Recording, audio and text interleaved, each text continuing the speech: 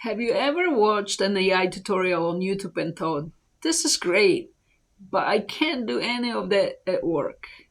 They say just connect this app, add this browser extension, upload your file to this AI site. Meanwhile, you're behind a VPN on lockdown laptop with compliance training telling you what not to do. This episode is for you. I spent years in research administration. Sensitive data everywhere. IT policies so strict that installing a new font required a ticket and a prayer. When I first started exploring AI tools, I watched the same tutorials you probably did. And I had the same thought. Cool, but completely useless for my actual job. Most AI tutorials quietly assume three things. You can upload any file to Cloud Tool. You can install whatever software or browser extension you want. You can upload any file to Cloud Tools, and nobody in compliance, security, or legal will ever question it. If you work in healthcare, finance, HR, research, government, or any regulated environment, you know this is fantasy. You can't just drag a spreadsheet with patient data onto a random AI site. You can't install 5 unapproved tools on your work laptop.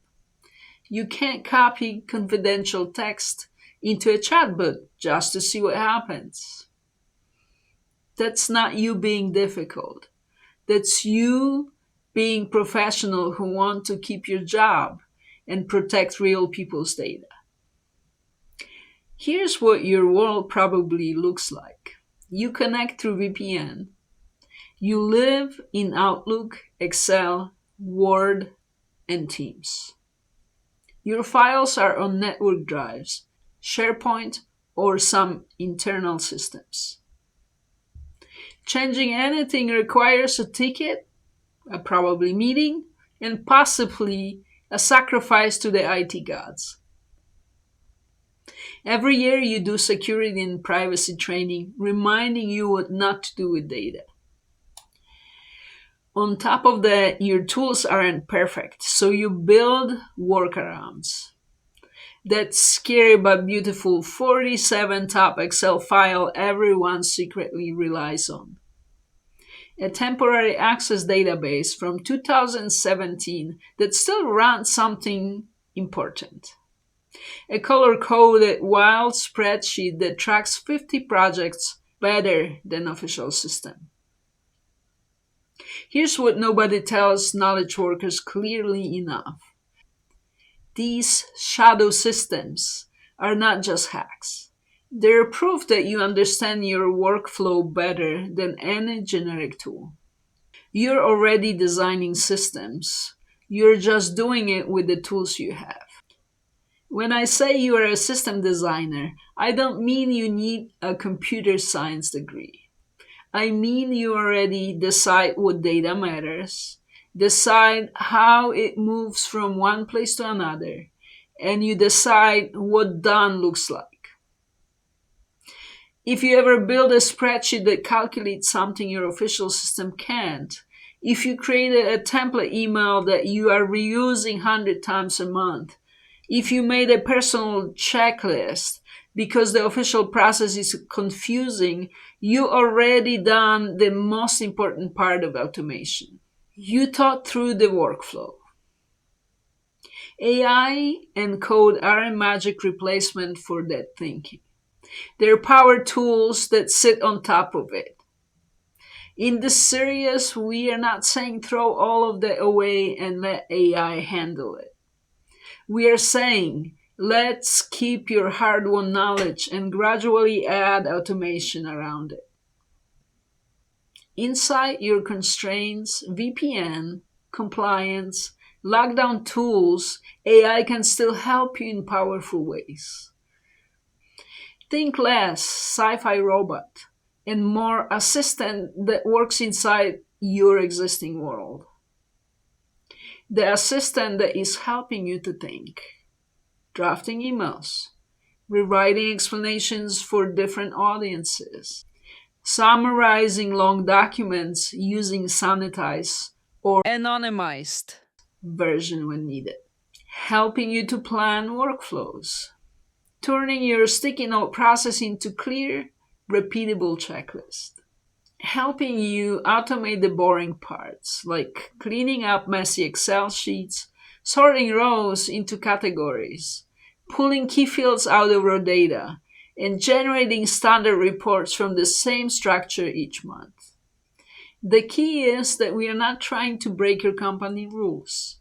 We are working with them, keeping confidential data on your machine, being thoughtful about what touches the cloud, designing systems you would actually be comfortable presenting to your manager. Here's how the series is structured. Phase 1, mindset and safety. Understanding your constraints and how to work with them. Phase 2, tools and setup. Getting basic, safe tools in place. Phase 3, first automation. Taking one real workflow and starting to automate small parts of it. Phase 4, beyond Excel. Ideas for extending what you've learned to email, reports, and other tools. The main promise is this.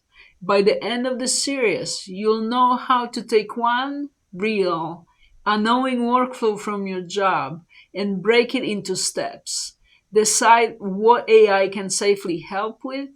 Build a small automation that lives in your environment, not a fantasy startup stack, your environment. Over the next day or two, pay attention to your work and find one workflow that fits this description. You repeat it often, every day, every week, or every month. It involves copy paste, filtering, or rearranging data. It's boring, fiddly, and easy to mess up when you're tired. When you find it, write down 3 things. Number 1, where the data starts. Download from CRM, email from your manager, export from a system. Number 2, what do you do to it? You sort, filter, split into tabs, add columns, clean up names. Number 3, what the final result is. A report, a summary email, a table you send to someone. That one workflow will become your personal case study for this series. In this episode, we talked about why generic AI tutorials don't match your reality. We looked honestly at the constraints you work under. We recognize that your shadow systems are actually real systems. Set you up to pick one workflow, we'll start improving together. In the next episode, we'll go deeper into those shadow systems and why they prove you are already thinking like a system architect.